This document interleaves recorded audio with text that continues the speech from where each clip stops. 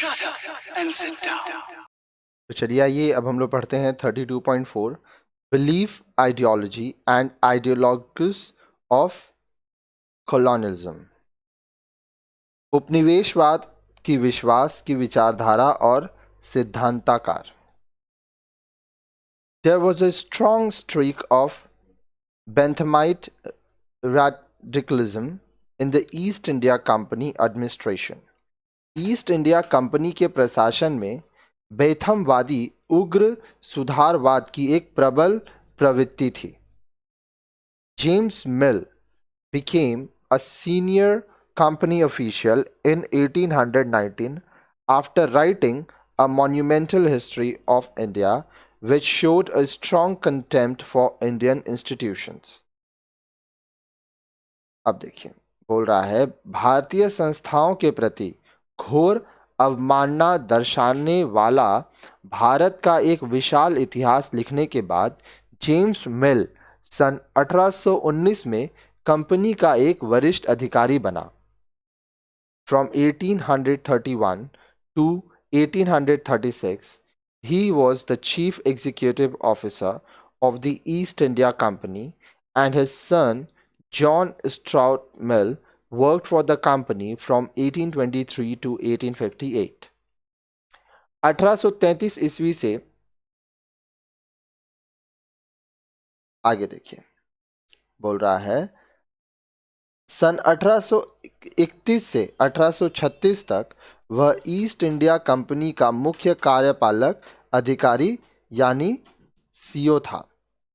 सन 1823 से 1858 तक उसके बेटे ने कंपनी के लिए कार्य किया था। Malthus was professor of economics at Hilbury, and the teaching there for future company official was strongly influenced by utilitarianism. Malthus हिल्बरी में अर्थशास्त्र का प्रोफेसर था, जहां भावी कंपनी अधिकारियों की पढ़ाई उपयोगितावाद से अत्यधिक प्रभावित थी। आगे देखिए Bentham himself was also consulted on the reform of Indian institution. Bentham से भी भारतीय संस्थाओं के सुधार के संबंध में परामर्श किया गया था। The utilitarians deliberately used India to try out experiments and ideas. Example, competitive entry for the civil service, which they would have liked to apply in England. उपयोगितावादियों ने उन प्रयोगों और विचारों जैसे सिविल सेवा में प्रतियोगिता के जरिए प्रवेश को आजमाने के लिए भारत का जानबूझकर इस्तेमाल किया, जिन्हें वे इंग्लैंड में लागू करना चाहते थे। The utilitarians were strong supporters of laissez-faire and hated any kind of state interference to promote economic development. अब देखिए बोल रहा है उपयोगितावादी मुक्त अर्थव्यवस्था यानी लेज़ेस-फेयर के प्रबल समर्थक थे और आर्थिक विकास को बढ़ावा देने के लिए राज्य के किसी भी तरह के दखल से घृणा करते थे। Thus, they tended to rely on market forces to deal with famine problems. They did nothing to stimulate agriculture or protect industry. अतः उन्होंने अकाल की समस्याओं से निपटने के लिए बाजार की ताकतों पर भरोसा किया और कृषि को बढ़ावा देने या उद्योग के संरक्षण के लिए कुछ नहीं किया। This laissez-faire tradition was more deeply embedded in the Indian civil service than in the England itself and persisted very strongly until the late 1920s. लेज़ेस-फेयर की यह परंपरा भारतीय सिविल सेवा में खुद इंग्लैंड से ज़्यादा गहराई से अंतर्निहित थी और सन 1920 के अंत तक बहुत प्रबलता से जारी रही। The administration was efficient and non-corrupt, but the state apparatus was of a watchdog character, with few development spending was for the military, justice, police and jails, and less than 3% for agriculture. अब आगे बोल रहा है, प्रशासन दक्ष था या भ्रष्ट नहीं था, किंतु राजतंत्र का स्वरूप निगरानी करने वाला जैसा था, जिसमें कुछ विकासात्मक खर्च सेना, न्याय, पुलिस और जेलों पर किया जाता था और 3% से कम कृषि पर. One of the most significant things the British did to westernize India was to introduce a modified version of English education.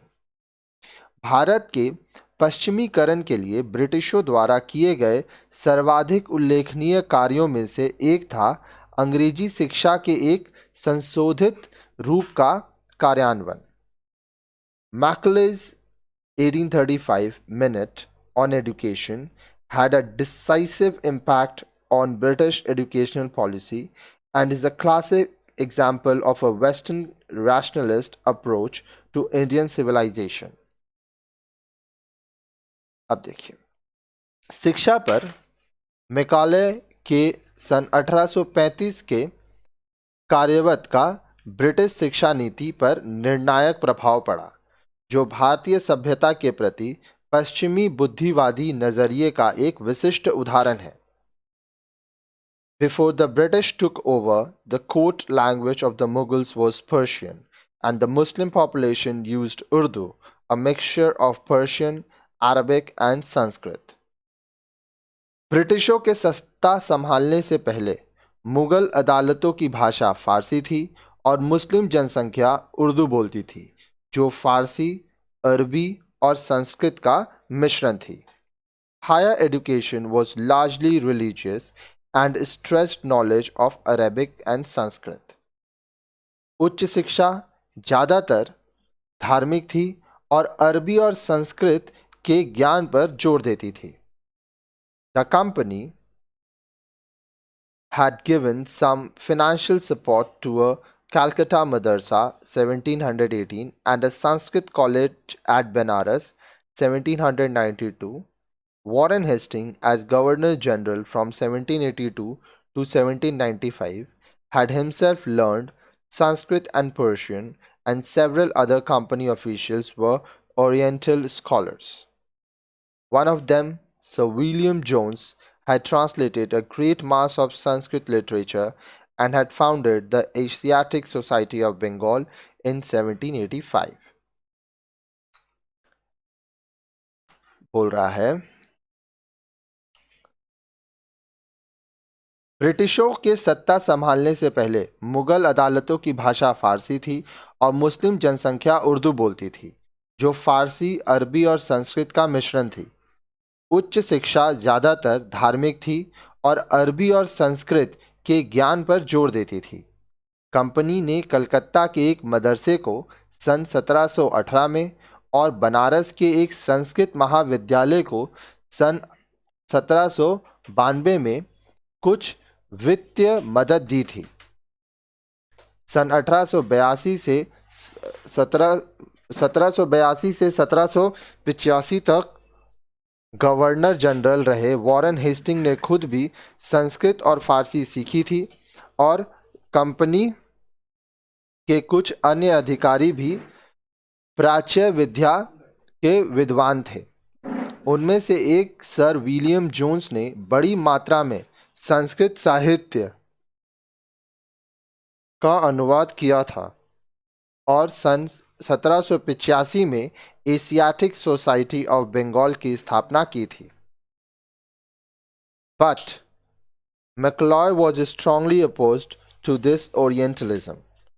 I believe that the present system tends not to accelerate the progress of truth, but to delay the natural death of expiring errors.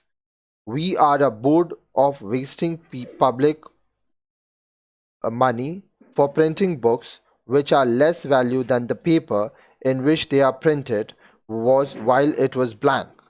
for giving artificial encouragement to absurd history, absurd metaphysics, absurd physics, absurd theology. But I have no knowledge of either Sanskrit or Arabic, but I have done what I could to form a correct estimate of their value. Who could deny that a single shelf of a good European library was worth the whole native literature of the India and Arabic? All the historical information which has been collected from all the books written in the Sanskrit language is less valuable than what may be found in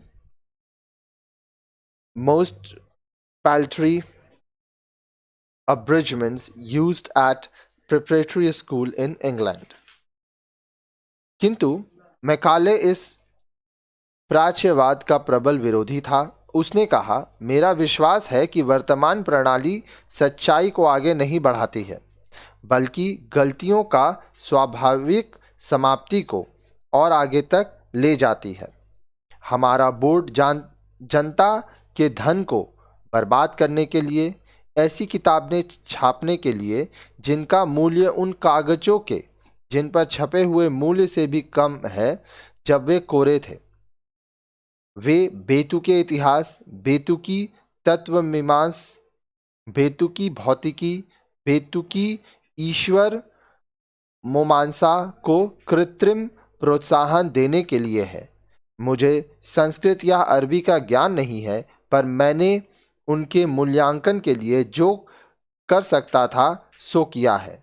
इस बात से कौन इनकार कर सकता है कि एक अच्छे यूरोपीय पुस्तकालय का एक अकेला शेल्फ भी भारत और अरबी के संपूर्ण देशी साहित्य से कहीं ज़्यादा मूल्यवान है। संस्कृत भाषा में लिखी किताबों से इकट्ठे की गई ऐतिहासिक जानकारी इंग्लैंड के प्राथमिक विद्यालयों में प्रयुक्त सबसे कम महत्व की पुस्तकों संक्षेपणों में पाई जाने वाली जानकारी से भी कम मूल्यवान है। For these reasons, Macaulay had no hesitation in deciding in favor of English education, but it was not to be for the masses. It is impossible for us, with our limited means, to attempt to educate the body of the people. We must, at present, do our best to form a class who may be interpreters between us and the millions whom we govern, a class of persons, India in blood and color, but English in taste, in opinions, in morals, and in mind. To that class we may leave it to refine the local dialects of the country, to enrich those dialects with terms of science borrowed from the Western name, and to render them by degrees fit vehicles for conveying knowledge to the great masses of the population. इन्हीं कारणों से Macaulay को अंग्रेजी शिक्षा के पक्ष में निर्णय लेने में कोई हिचक नहीं थी, पर वह आम जनता के नहीं थे। अपने सीमित स्रोतों के चलते आम लोगों को शिक्षित करना हमारे लिए असंभव है।